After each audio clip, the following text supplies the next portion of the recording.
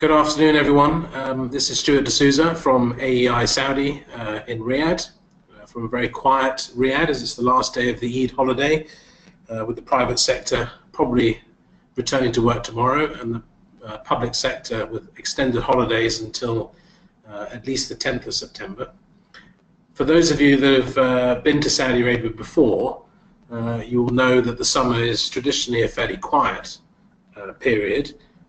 But actually this year we've seen one of the busiest summers on record in terms of political change, economic developments, and of course regional issues, which is why in partnership with the UK Department for International Trade, the Defence and Security Organisation and ADS, we have decided to provide this end of summer webinar. Can I just check those of you that are registered and online that everyone can hear me okay? If you can just put a note in the chat box on the right hand side of the screen, that would be very helpful. If you would like to ask any questions throughout the presentation, again you should see on the right hand side of your screen a drop down menu entitled questions, and you can submit any written questions you have there, and we will answer those at the end. Equally, we will be sending everybody a follow-up email with our contact details, and you can contact us directly with if you have any requests for any further information about Saudi, about what you've heard today, or indeed to arrange a meeting with us when we're all in the UK next week. So please make sure your speakers are turned on. The webinar will be about 30 minutes to 45 minutes of presentation. Hopefully not going to overdo the PowerPoint. As I said, if you've got any questions, please feel free to ask them using the drop-down panel on the right-hand side. And then we will have a Q&A session at the end for as long as is needed. So without further ado, I would firstly like to thank Brynley from ADS for his support in putting this together, and also our colleagues at the Defence and Security Organisation based here at the British Embassy in Riyadh. That's Paul Hardy and Lizzie Daniels. We have about 52 British companies registered to attend this webinar, so hopefully it will be very well attended and provide an informed and useful update for you all on what has been going on in the kingdom over the summer. There is a defence and security bias to the event, to this webinar, and it is in some way preparation for the DSEI exhibition, which is being held at the Excel Centre next week from the 12th to the 15th of September. AEI will be exhibiting there, and we'll talk about that in a few slides' time. Just as an introduction to AEI, we're a Saudi company. We're based here in Riyadh. We are a total of 70 people in the company, based all across the kingdom, Jeddah, Riyadh, Jazan, and in the Eastern Province. We are the exclusive partner to the British government for providing advice, guidance, market entry services and support services to British exporters who are either seeking to enter the Saudi market for the first time or to expand their existing business in the kingdom.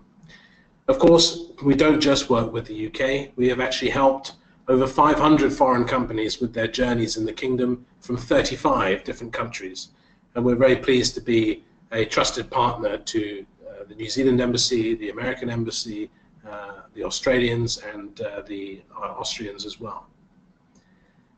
The agenda for today is a brief overview of the DSEI exhibition. We'll just talk very briefly about who is going from Saudi Arabia and some of the changes in the defense sector in the kingdom over the summer.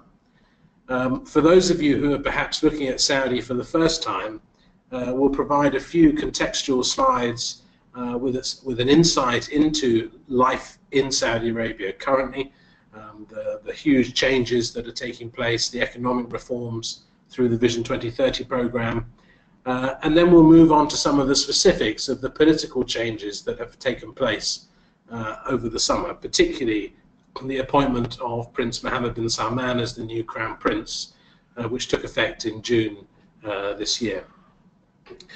We will also provide an update on Prince Mohammed bin Salman's main reform program, the Vision 2030, which is his main contribution to Saudi government policy, and we'll provide that in the form of an update on how the economic situation is in the kingdom currently. And then we'll have an opportunity for questions and answers. So I hope that's okay. I hope everyone can hear me okay. As I said, any questions throughout, please just use the drop-down menu on the right-hand side. If something pops into your mind after the webinar, you can please feel free to drop us an email whenever convenient. So, the DSEI exhibition, as I said, is on next week. Those of you in the defence and security sector will no doubt know it is one of, if not the largest defence and security event of its kind. It's being held at the Excel Centre in London, in the Docklands, and we are delighted to be exhibiting again. We are the only Saudi company to be exhibiting, and we're also delighted to be a keynote speaker again this year. We will be running a seminar on doing business in the GCC. That's the Gulf Cooperating Council, comprising the 7 member states from the Gulf, and we'll be presenting that at 10 o'clock in the Global Theatre on Wednesday the 13th. The Global Theatre is located in the US Pavilion. It's free to attend for anyone attending or exhibiting at the event, so please come along. You'll have a much more detailed insight into the defence and security market in the kingdom and its region and the region. The other main defence markets, of course, being the UAE, but we've seen a considerable increase in defence spending in Qatar in the last few months for obvious reasons. And the smaller markets, Kuwait, Bahrain and Oman, continue to be lucrative, but do require a considerable degree of patience and planning before entering. In terms of who is attending from Saudi Arabia, well, there are 3 confirmed delegations so far. That's a delegation from the land forces, headed by the commander of the Western region, the Northwestern District. We have a delegation from the Royal Saudi Naval Forces, led by the commander of the Western Fleet from Jeddah. And there will be a delegation from the Ministry of Interior, which we believe is going to be led by the head of the Public Security Directorate. Currently, there are no delegations coming from the Royal Saudi Air Force. However, we do expect that to change, and that a delegation from the RSAF will be attending, but the details are yet to be confirmed. Other visitors from Saudi, we are expecting the commander of the land forces, that's Prince Fahad bin Turki, the former commander of the special forces, to be visiting the UK either later in September or early October. And we're also expecting the Crown Prince himself, Prince Mohammed bin Salman, to visit the UK before the end of the year. Obviously, it's very difficult organising and coordinating diaries with so many senior dignitaries. Also, those of you that have done business here before will understand that often these preparations from the Saudi side can be fairly last minute. So we will wait to see if any of those VIP visits come to fruition this year.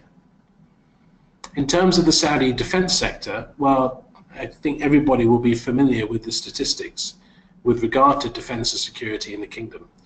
The Saudis spend upwards of $80 billion a year on their defense and security sector, and that's budget is allocated across 3 main defense and security sector ministries.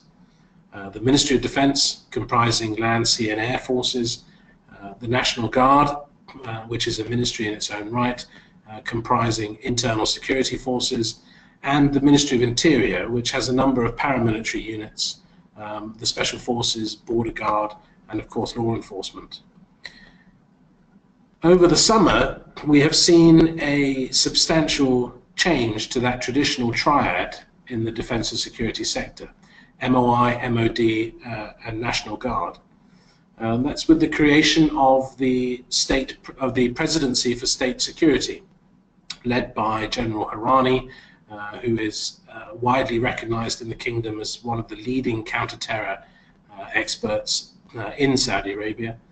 And that new state agency has taken away from the Ministry of Interior most of the intelligence services, the special forces, the aviation capability, as well as agencies more akin to GCHQ. And this is a very substantial restructuring on the Ministry of Interior and the security side of things, with this new body, this new Presidency for State Security, reporting directly to the King rather than into a minister. We've also seen restructuring in the Ministry of Defence. The MOD has been conducting a review of its organisation as part of its response to Vision 2030 for the past 12 months. And we now see some of the policies and structural changes that have long been talked about actually starting to come to fruition now. The most headline-grabbing announcements were certainly the creation of SAMI and GAMI, SAMI being the Saudi Arabian Military Industries Company.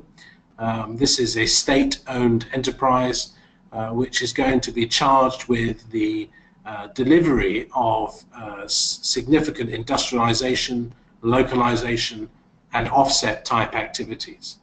It has 4 principal business units covering air, land, munitions, and what they call defense systems, which we take to include command and control, sensors, and communications.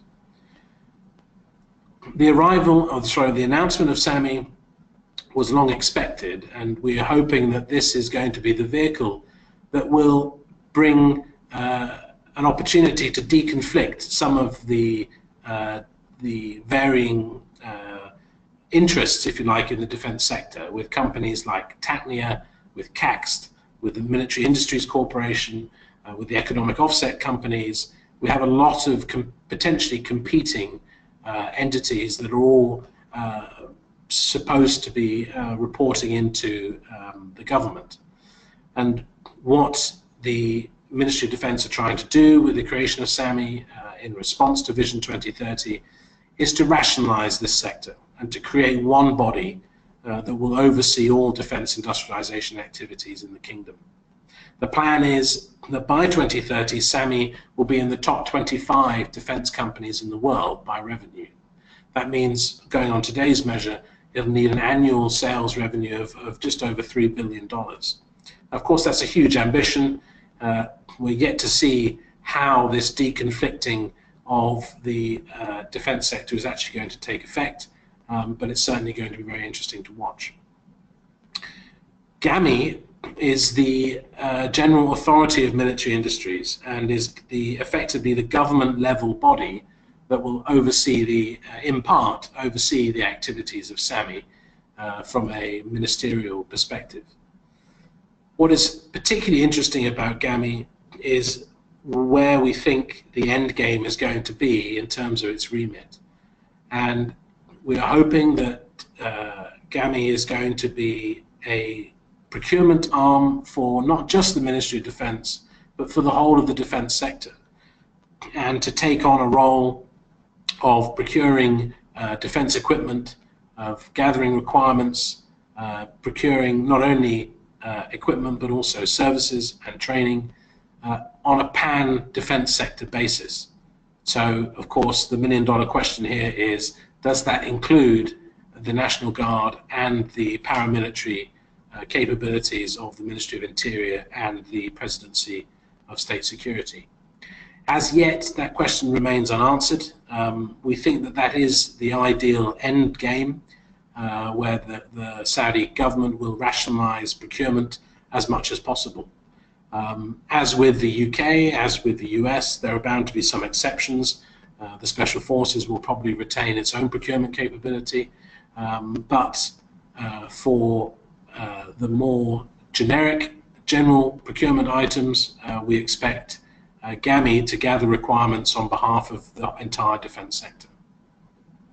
So the outlook is very interesting. It is undoubtedly true that over the last year or so there's been very little money spent in terms of the acquisition of major new programs or new kits or new systems.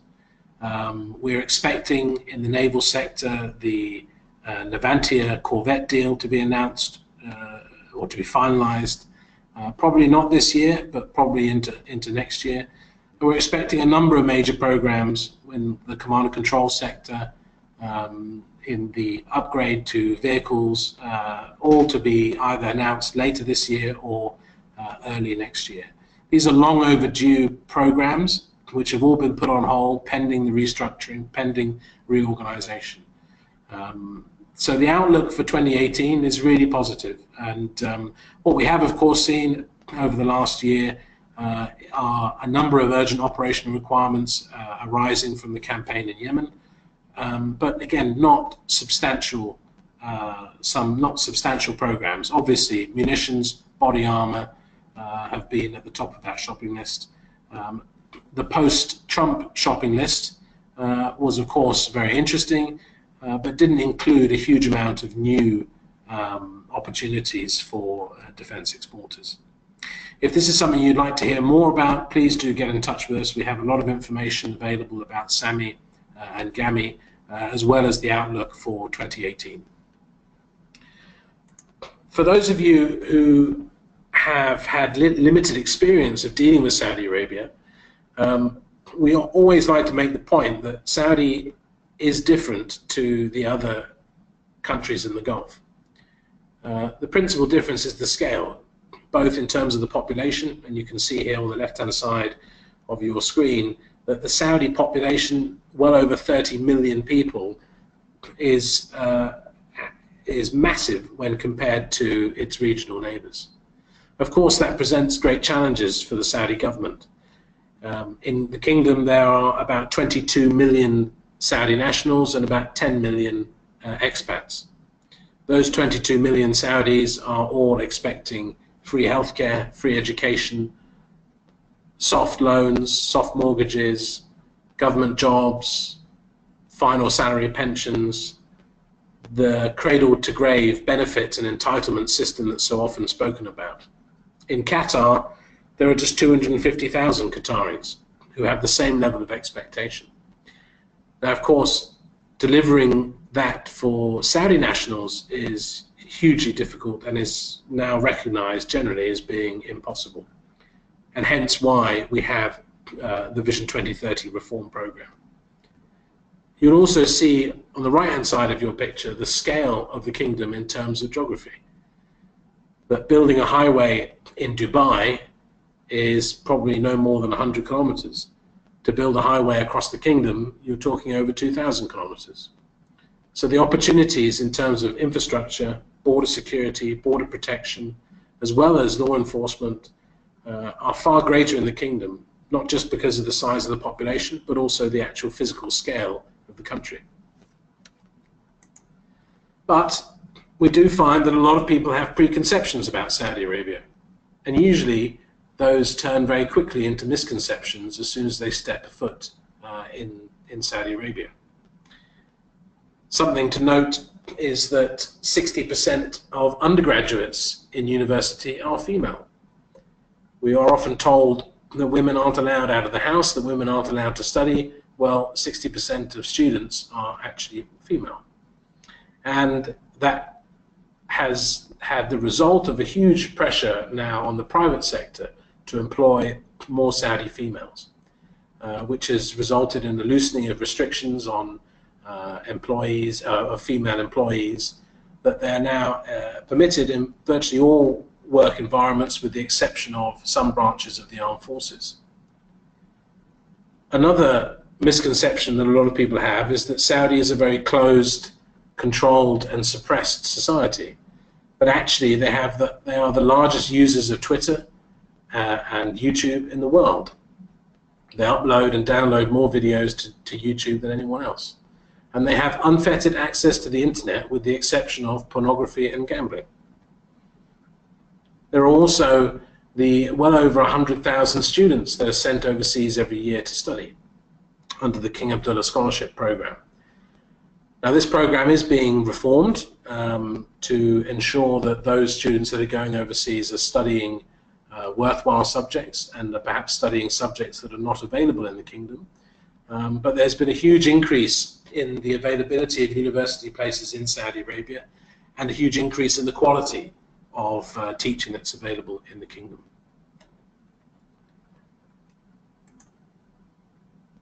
And those of you that have kept track of what's been going on in the news from a Saudi perspective would have seen that really 2017 and the second half of 2016 has been an extraordinary year for Saudi Arabia.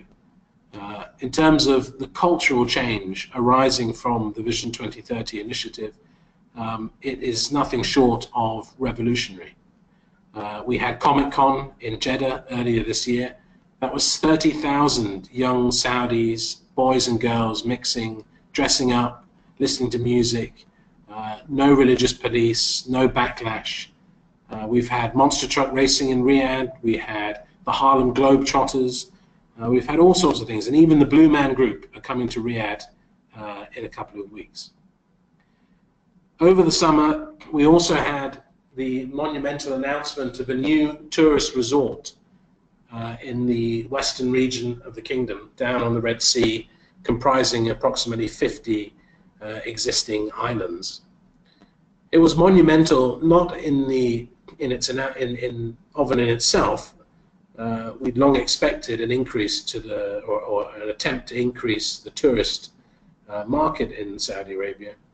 What was particularly remarkable was the announcement stating that this new tourist area would be a semi-autonomous region with its own legal system on a par with international standards. That is extraordinary. It has not yet been qualified as to what that means exactly, but it's widely believed that this will be the precursor to perhaps relaxing rules with regard to female dress codes, alcohol, and music and entertainment and that sort of thing. So a very, very interesting announcement over the summer. They're planning to start the development of this resort towards the end of 2018 with a start and opening date sometime in 2022. So it is a few years off, but you have to appreciate that these are monumental changes culturally to the kingdom that are all taking place peacefully and within the proactive and progressive reform agenda of Vision 2030. So the kingdom is changing and it is certainly growing. And you can see there a few statistics that provide the backdrop for a huge opportunity for Western exporters, for British companies and exporters to enter the Saudi market. So, in terms of what happened over the summer, well, we had a very significant announcement, probably the most significant domestic political event since the accession of King Salman in January 2015. The announcement was made in mid-June, in the third week of Ramadan. The announcement itself was actually not a surprise. It was more the timing of the announcement. And what has changed is that the succession has been modified, and Prince Mohammed bin Salman, known as MBS, has been promoted, and Prince Mohammed bin Naif, who was the Minister of Interior, who was the Crown Prince, has retired from all of his state roles. You'll see three photographs on your screen. The top right-hand picture is, of course, His Majesty King Salman. Below him is the new Crown Prince, Prince Mohammed bin Salman, known as MBS, and then over to the left is Prince Mohammed bin Nayef. There's been an awful lot of, frankly, rubbish printed in the Western media about the circumstances under which Prince Mohammed bin Nayef was removed or retired. We actually don't really think it matters, the reasoning behind the change, all of the innuendo and rumor. The fact is that the change has now taken place. It was widely expected, and it has now happened. What this means is that the person who is the main champion of Vision 2030, of the reform program that is changing the country socially, economically, culturally, and politically, is now the second most powerful man in the country. So we think it's overwhelmingly positive.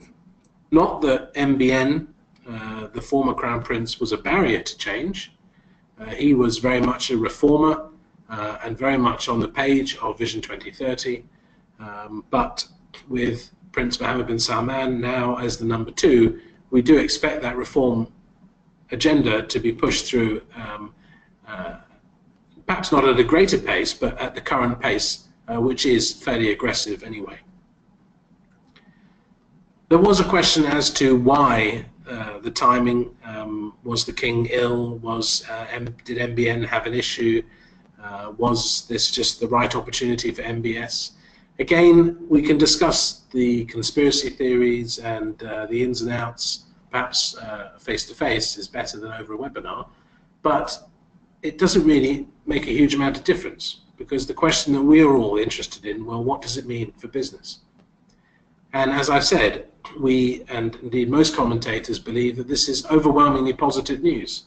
This means that MBS rather has a completely free hand to drive forward the reform agenda. I would encourage you all to have a look at a recent interview with one of MBN's advisors, Prince Faisal bin Farhan. Prince Faisal is actually on the board of SAMI, the Saudi Arabian Military Industries, and he, about 2 months ago, he did an interview with Fox News in the US whilst MBS was on a visit to Washington. And I would encourage you to listen to that interview, because it gives you a real insight into how the MBS gang are thinking, what they're thinking, what their vision is. He is in himself an extremely articulate, young, well-educated member of the royal family who appears at least to be genuinely seized with the desire to reform the kingdom. They talk very openly about dragging the kingdom into the 21st century. And I think all the things that we've seen so far in 2017, at least culturally, indicate that that reform program is actually happening. But it's not just culturally where things are changing. We're seeing change across the board, really. And here I just want to spend a few minutes talking about the economy. Of course, for us as business people, as exporters, the health of the Saudi economy is a crucial metric for us in determining whether or not the Saudi market is a place that we want to do business. Of course, it remains a challenging market. It remains a difficult place, and there is no doubt that the best thing to do is to seek advice from independent people, from the embassy, from the Department for International Trade, about how best to enter the Saudi market, as there are, as with all markets, pitfalls and challenges on the road to success. Vision 2030 itself, as I've said before, is the brainchild and of MBS, Mohammed bin Salman, and it is his main focus in terms of the economy. There are 3 main strands to it. Although there are 3 strands, there are 2 principal objectives. One is the diversification of the economy away from oil, so creating alternative revenue streams for the government. The second principal objective is to create job opportunities for Saudi nationals. These are 2 very lofty ambitions, and there's obviously an awful lot of detail behind them in terms of government policies and reforms. What we have seen is a significant drive to privatize the vast Saudi state. In Saudi Arabia, the government owns pretty much everything from football clubs to railways to airports, as well as most industry, mining, oil, gas, power distribution, power generation, water desalination. In January 2016, in an interview with The Economist, Prince Mohammed bin Salman called for a Thatcherite revolution in Saudi Arabia. And we have already seen a huge swell of interest from consultancy firms and law firms seeking to enter Saudi Arabia to support the kingdom's privatization initiatives. Of course, the biggest prize out there is the part privatization of Aramco, which is expected to raise approximately $100 billion in return for a flotation of about 5% of the company. The value of that is obviously tied very much with the oil price, so we're yet to see whether or not that 100 billion is realistic.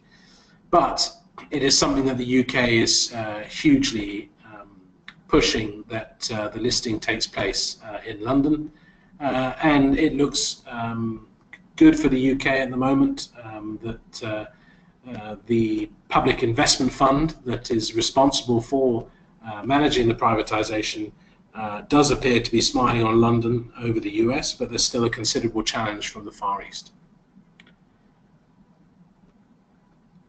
Obviously, those of you that have been doing business here over the last couple of years will know that 2016 was a particularly difficult year. The much anticipated reduction in the oil price appears at least to have come as something of a surprise to the Ministry of Finance with regard to the cash flow situation in the kingdom. Although the oil price certainly in 2014 and early 2015 was being heavily controlled by Saudi pumping policy, it appears to be fair to say now that they lost control of that, and the Ministry of Finance was slow to react to the inevitable cash flow problems that this would deliver for the kingdom. Consequently, in 2016, we saw a number, in fact, we saw most bills going unpaid, and we saw very little new business being awarded by the government. I'm happy to say that as of today, certainly all of AEI's clients are fully paid up, and we're not aware of anybody who has significant outstanding debts. The Saudi private sector, in terms of particularly the contracting companies and construction companies, are still suffering, and this is less to do with unpaid bills and more to do with a slowdown in government projects for major infrastructure programs. We saw a massive casualty in the form of Saudi Oger, which is a long-standing construction company in the kingdom, who have effectively ceased trading on the 1st of July. And of course, we're yet to see the full impact on Saudi bin Laden group of the slowdown from last year. But what we also saw last year was the publication of a government policy to balance the budget by 2020. And this involves three principal activities: the increasing of public debt, the reduction and removal of subsidy, and the introduction of some direct and indirect taxation. The increasing of public debt, well, that was a fairly easy lever for the kingdom to pull. They had not been to the market to borrow money since 1999, and the national debt at the end of 2015 was about $30 billion. Today, that number is approaching $100 billion. They set a new record for the largest oversubscription to a sovereign bond issue. They went to the market in October last year to borrow $10 billion and were actually offered $70 billion by the global debt market. So public debt is going up, but it's all going up in line with the projections that were made in mid-2016. We've also seen the removal of subsidies. So believe it or not, even cigarettes used to be subsidized in Saudi Arabia. So we've seen the price of cigarettes go up from about 6 riyals a pack to 10 riyals a pack with the removal of the subsidy, and now a sin tax has been applied to cigarettes for the first time, and a pack of cigarettes now costs about 20 to 24 riyals. So it's a huge increase in a very short period of time in terms of the price of cigarettes. The sin tax has also been applied to fast food and fizzy drinks and energy drinks, and all expected obviously to raise significant amounts of revenue going into 2018. There are also two other taxes that have been implemented or are due to be implemented. The expat tax, which includes a dependent tax to raise money from a monthly charge levied on expats and their dependents in the kingdom, as well as VAT, which will be coming into effect on the 1st of January 2018. Just in the last week, we've had the interim regulations have been published on the back of the draft law, which was published about a month ago. Again, if you think VAT is going to impact you, please do get in touch with us, as we can provide you with advice and guidance on this. All in all, they're expecting the removal of the subsidies and the introduction of these new taxes to raise about $20 billion in 2018 in additional revenue. So one of the key things that I'd like everyone to take away from this webinar is that the reform agenda is real. It is actually happening. In the Ministry of Defense, we saw a plan to reduce the number of major generals from 600 to 120. That has now started. There were 32 senior officers retired from the Royal Saudi Air Defense Force just before Ramadan. We're seeing the amalgamation of the Royal Saudi Air Force and the Air Defense Force going ahead. We're seeing changes to procedures for procurement. We're seeing changes to training. We're seeing changes to the approach for force structure. And it's not obviously only in the defense sector.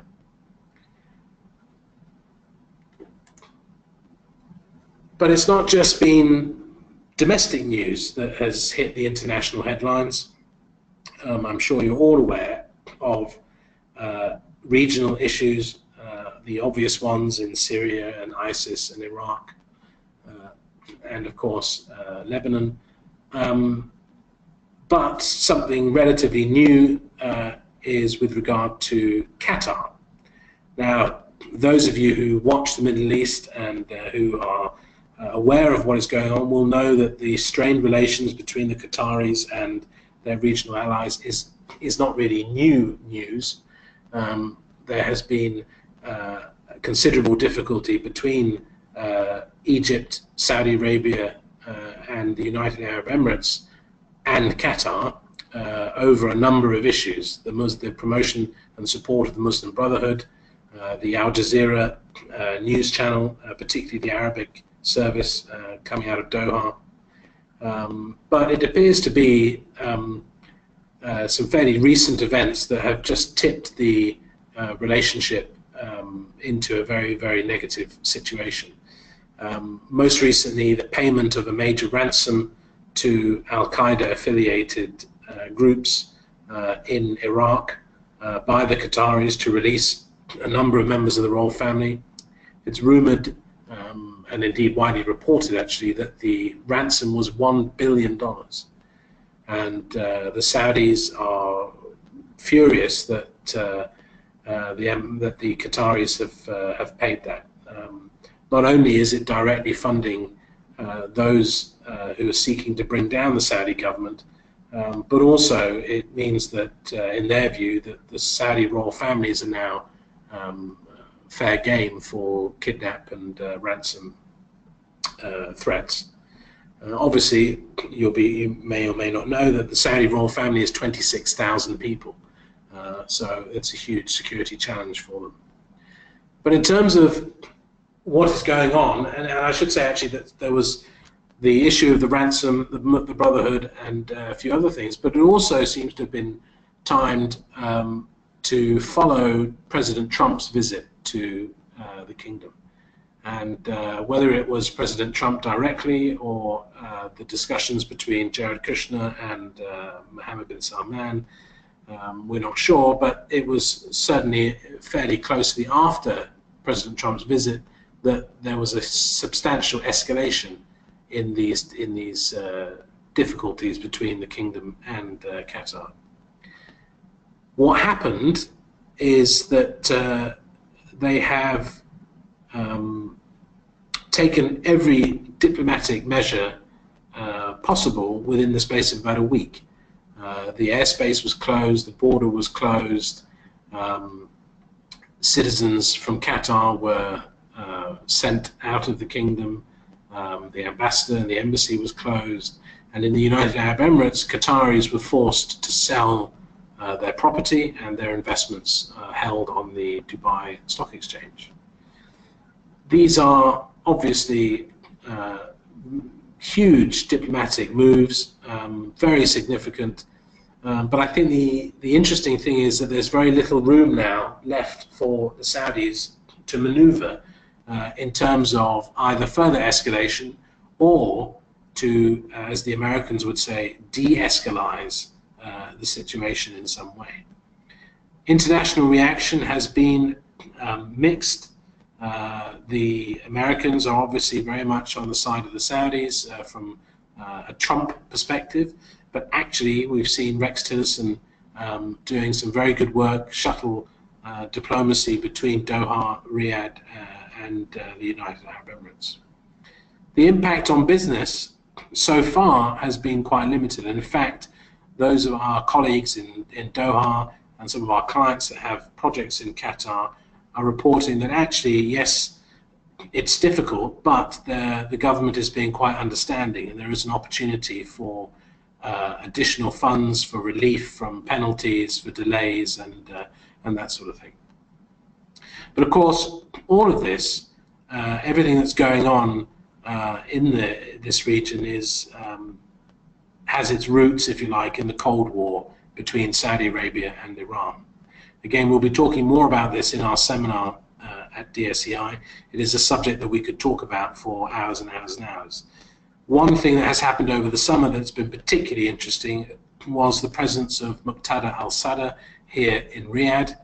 He is a Shiite cleric from Basra, and he is perhaps being positioned as something of a go-between between the Iranians and the Saudis. Obviously, any formal rapprochement or détente between Saudi and Iran seems quite some way off, but hopefully, with the support of the Americans and the European Union, there may be some resolution in sight. Of course, we can't really talk about defense and security in this part of the world without talking about Yemen.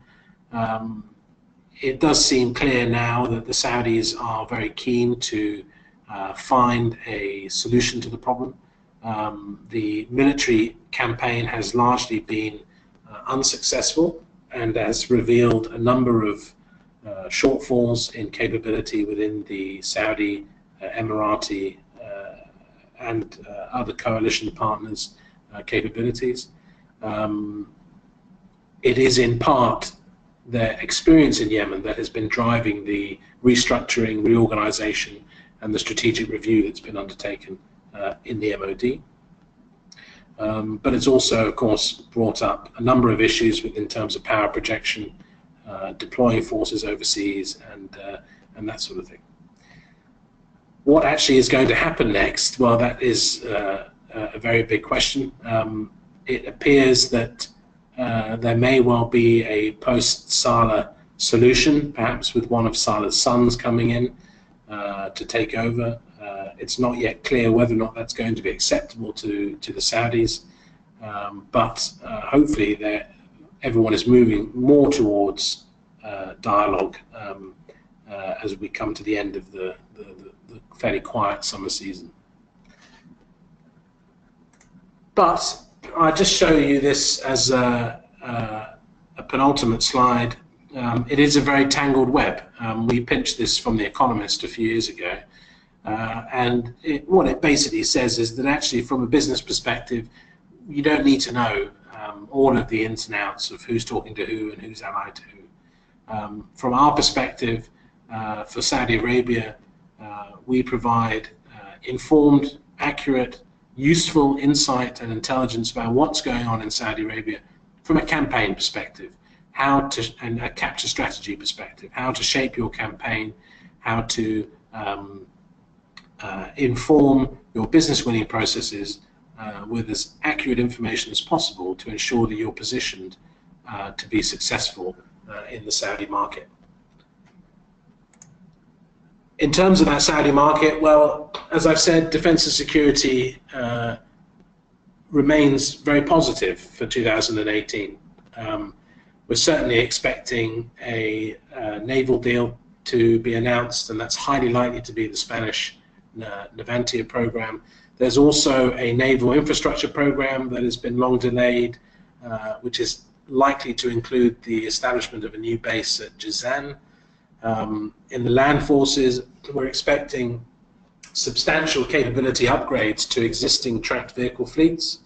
That's Bradley, M109, M88, M113, and potentially the acquisition of new vehicles on the back of the very successful M-ATV program. The critical point, of course, with those will be the involvement of SAMI, and it's highly likely that the land sector is going to see the first wave of new industrialization activities and the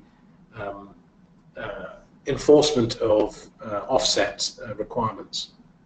In the security sector, we are expecting a significant improvement, if you like, or increase in the capability of the intelligence services and the what was the Ministry of Interior Special Forces, now the Presidency of State Security Special Forces. And of course, we're hoping that the issue of the National Guard will be resolved, and either the Guard will continue as an independent ministry, or it will be subsumed as part of the Ministry of Defense. But it's not just defense and security in terms of National Guard, MOD, and MOI. There are substantial security opportunities in critical national infrastructure, in general infrastructure, at airports, railways, and such like. And for those of you that are not in the defense and security sector, what we are seeing is that the government is spending money, but they're spending it in a more focused way. They're spending it less on vanity projects and more on real projects that are actually going to see completion. The Riyadh Metro is obviously well over 50% now complete, and the next stage in terms of the OM&T and the PMO requirements are under tender at the moment. We've seen the approval for the Jeddah Tram project, the Jeddah Bus project, the Mecca Bus project, the land bridge, which will see the railway extend from Jeddah to Riyadh to complete the bridge across the kingdom, is in the design phase. The second causeway to Bahrain, which will also include a rail link, is in the design phase. And of course, as we've spoken about, the privatization of airports, of hospitals, of football clubs, of the national grid. These are all well underway, and indeed we expect at least one privatization to have been completed this year. Other sectors, particularly training, is a common thread, if you like, throughout all of these market segments, because a critical element of Vision 2030 is the Saudization program, the employment and creation of opportunities for Saudi nationals. And what is certainly becoming clear is that the education system does continue to need reform to ensure that young Saudis, when they leave school, they are properly equipped with the skills, knowledge and know-how to be of use in the modern workplace, and of course continued professional development provided through company-based training programs as well as further higher and tertiary education. And we've spoken a little bit about the tourism sector. That is going to present huge opportunities for Western companies, but also there is a significant security element to it in terms of securing 50 islands on the Red Sea. There is a substantial opportunity there. And we're expecting to see continued changes to regulations relating to the entertainment and leisure sector. There's draft legislation going through the Saudi parliament for the creation of cinemas. We're expecting more theme parks and the expansion of the leisure sector as a bona fide market stream in the kingdom. So overall, the outlook remains very positive, and hopefully you have found this a useful session. We're now ready to take any questions that anybody may have. I should just say that as AEI, we have a capability to provide market entry services to those seeking to export to the kingdom across all sectors. We have particular capability in defense, security, medical, education and agriculture, but we have helped companies from a broad range of sectors. And we also provide support services. We provide support services to big companies like Atkins, Network Rail, KBR, but also to a whole range of small, medium-sized businesses who are delivering projects in the kingdom. And support services includes accommodation, office space, manpower, procurement, visas, phones, basically anything that is difficult, inconvenient or impossible for a foreign company to do in the kingdom. So if anyone has any questions, please feel free to submit them now. I see that we've got a couple there.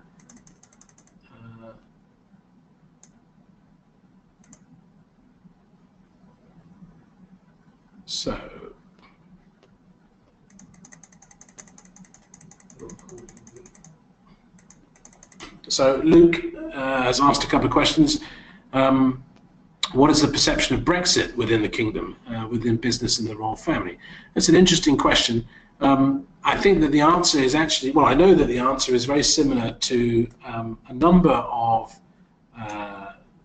non-EU countries, if you like, in that nobody's really sure what Brexit looks like currently. And it's therefore difficult to say exactly how people think. What we do know is that the British government is seeking to put in place a free trade agreement with the GCC as a whole. Now that's a very ambitious plan. The GCC has not really undertaken any activities like that. The New Zealand government is probably the country that's come closest, but has not yet signed anything other than a preliminary memorandum of understanding. I think that Saudi businesses and indeed the royal family would only be concerned really from a private perspective, for their investments in the UK and their ability to benefit from dual taxation treaties and that sort of thing. So I'm being a bit vague perhaps, but that's because we don't have a particularly detailed insight as yet, because we don't quite understand what Brexit is going to look like from a Saudi perspective. Another question is, with the creation of SAMI, do you foresee a larger level of offset requirements within Saudi defense programs? That's a great question, and the answer is yes, absolutely. Currently, Saudi Arabia has very limited formal offset requirements. What we see, particularly in defense contracts, are commitments to employ particular levels of Saudis and perhaps to place a particular quantity of or particular value of procurement through local companies. So we do expect that to change, and given the closeness of the reformers that are behind Vision 2030 and the United Arab Emirates, we're expecting a similar program to the Tawazun program in the UAE, where any project over a particular value must have or has a mandatory offset requirement to be filed with the relevant offset office. Another question with regard to the establishment of domestic capability on the defence side in the Kingdom. It's not defined yet in the sense of they want to develop any particular capability. The first phase under SAMI, or rather under GAMI, with a view to industrialization, is to look at existing capabilities. So they do actually have some capability in the Kingdom, particularly obviously with munitions, body armor, and weapons manufacturing. They have an armored vehicle capability which has been largely dormant, but has produced 6x6 vehicles in the past. We're expecting GAMI to focus on augmenting those capabilities, definitely, and that is why we think the land sector is particularly going to be the first, if you like, wave of programs to require significant offset, because it is fairly comparatively easier to do than perhaps other sectors. But there's also substantial capability in the air sector, and it's yet to be seen whether or not there will be another wave of Typhoon ordered. Between 48 and 60 aircraft are slated to be ordered this year or early next year, but that's yet to be seen. And if that order does go through, again, I think it's highly likely that there will be a significant offset requirement there. Another question, do we foresee any tensions or pushback against reforms within the country? That's a very good question. On the defence side, there is the potential for some challenge, because the creation of SAMI and the determination that SAMI is going to be one of the largest defence companies in the world does potentially mean stepping on the toes of the existing private sector in the Kingdom. Those of you that are familiar with Saudi will know, particularly on the air side, there are a number of companies that have grown capability, albeit still fairly nascent in some regard, on the back of the F-15 programs and the UK programs. And if SAMI seeks to establish competing capability, then I think we can expect to see some pushback. What's interesting is that on the one of the directors of SAMI is Ghassan Al-Shibl. Dr. Ghassan is a very well-known member of the private sector defense industry, former chairman of AEC. We think his involvement in SAMI is very much there to ensure that those people who are setting the strategy for SAMI understand what the existing landscape in the defense supply chain in Saudi looks like. Another couple of questions. What happened to the Gulf Rail project? There was a proposal planned to link up the GCC via rail. That's another interesting question, Arshad, and indeed we're going to be talking about that in our GCC seminar next week. That plan still exists on paper, at least. It appears, though, that the only people who are pushing ahead with it are actually Saudi Arabia. And that is not because of their particular commitment to the GCC, but because the infrastructure is actually required for the Kingdom itself. So the land bridge, as I said, from Jeddah, the new railway from Jeddah to Riyadh, and then linking up to the Eastern Province on the existing railway, is in the design phase. And it's interesting that we've seen not only the impact on industry in Saudi, the phosphate mines in the north now have a direct rail link, but also there's a passenger service being run between some of the outlying towns and cities around Riyadh, coming into Riyadh, and that service is packed every day, mainly with women and children. So it's very interesting to see the social impact of the railway. Another question, how do you envisage the Qatar situation playing out? Clearly it is an unsustainable situation, question mark. Well, if I knew that, then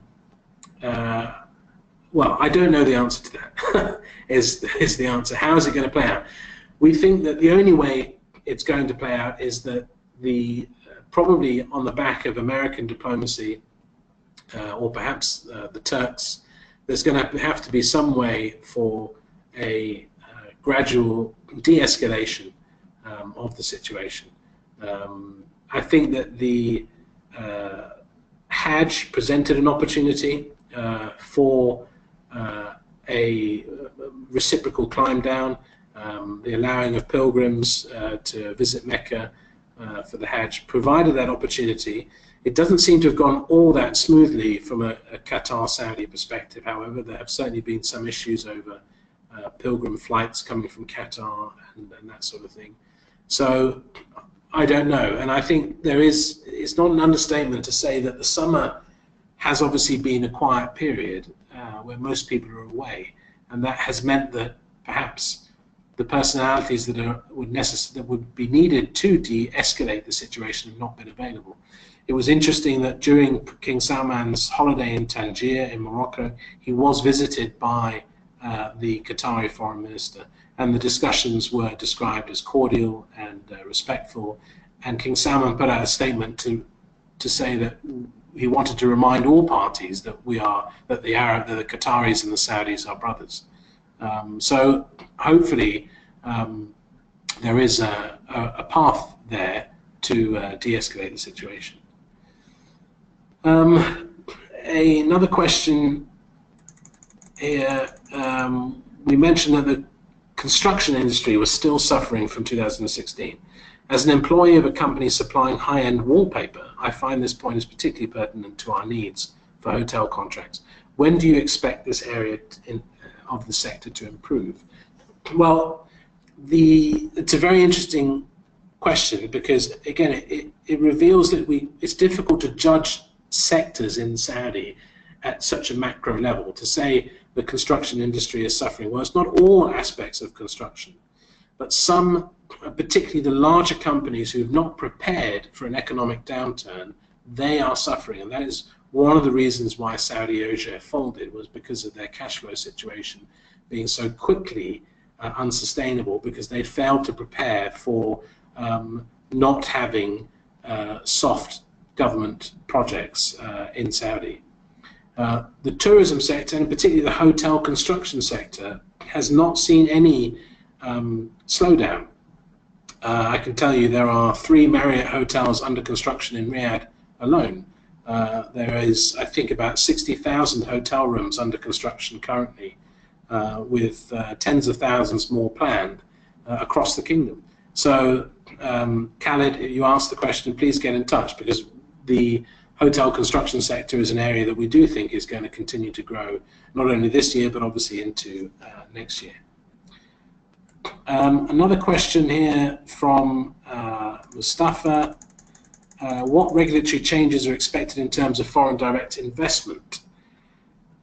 Is it foreseeable that Sagia and Moki will be making any further changes to the financial and regulatory requirements for 100% foreign ownership of commercial businesses? Well, Mustafa, it's quite a detailed question. I'd happily talk to you about that offline. I would just say that one of the things that we have certainly seen is an easing in the regulations regarding foreign ownership in the kingdom, in retail, in vehicle distributorships, which do now allow 100% foreign ownership.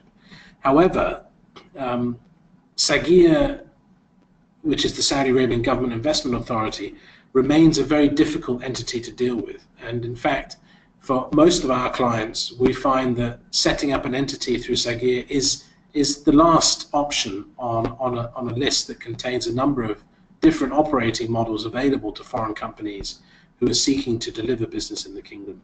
So if anybody feels they're being forced down the path of Sagia, please do get in touch, because we can give you the custom and practice of how most foreign companies operate in the kingdom. Another question in here from John. Do you know anything about National Guard operational deployments in recent years?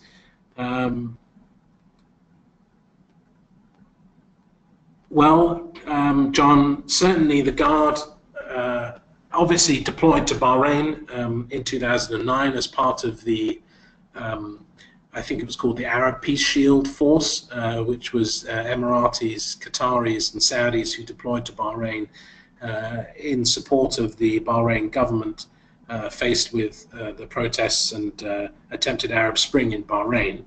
But I guess you're particularly talking about the deployment of the Guard to the southern border.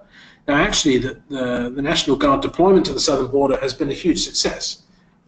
They were able to deploy capability that was either not available or not to the required standard within the land forces, in particular support to those communities on the southern border who were being shelled from Yemen, so the deployment of water generators as well as field hospitals. That was all came from the National Guard, and even artillery on the back of the Caesar 155 self-propelled howitzer. It proved to be a much more reliable platform than the now very outdated tracked self-propelled howitzers that the land forces have. So one of the reasons why we think the Guard has obviously this is a complicated area, but one of the reasons why the Guard has largely been left untouched over the last 18 months is because of its performance on the southern border. Another question from Ian, with the implementation of an expat tax, do you foresee a large and rapid emigration of expats from key sectors which could adversely affect business functions, relationships and efficiencies?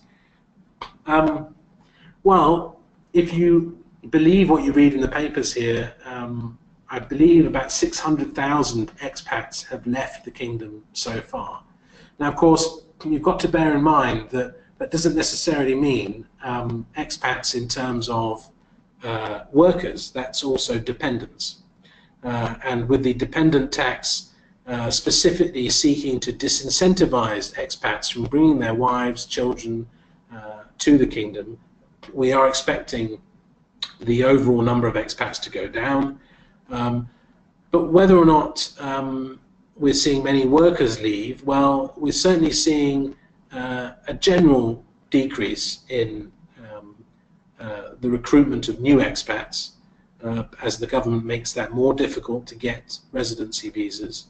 And there is a huge increase in pressure on the private sector to employ Saudi nationals. Your last point, Ian, about how capable are the Saudis to go it alone, well, I don't think that they actually seek to go it alone entirely. I think there's a recognition that there will always be a dependency on some foreign labour, as there is with any economy in the West, and indeed any advanced or emerging economy. What they're certainly looking to do is actually to get more Saudis who have the requisite skills and education levels into not just middle management roles, but perhaps more junior roles as well, and to see them grow within a company. What's telling is that if you walk into a Saudi supermarket now, you'll see the tills are manned by Saudi men and Saudi women. There are no expats on the tills. It's a very obvious change in the culture here that, yes, it's now being seen as acceptable to go to work. If you go into McDonald's, they're not all Saudi nationals, but there are certainly a high degree of Saudi nationals now working in McDonald's. Just 3 or 4 years ago, that would have been unthinkable. I think that's pretty much our allotted time. If I didn't address anybody's questions, please do drop me a line afterwards. As I said, we'll be sending everybody an email anyway. I hope you found that useful, and thank you very much for attending. As I said, if you have any further questions, please do drop us a line. Please do come and see us at DSCI next week, and please do join us for our free seminar on the 13th of September at 10 a.m. in the Global Partnerships Theatre. Thank you very much.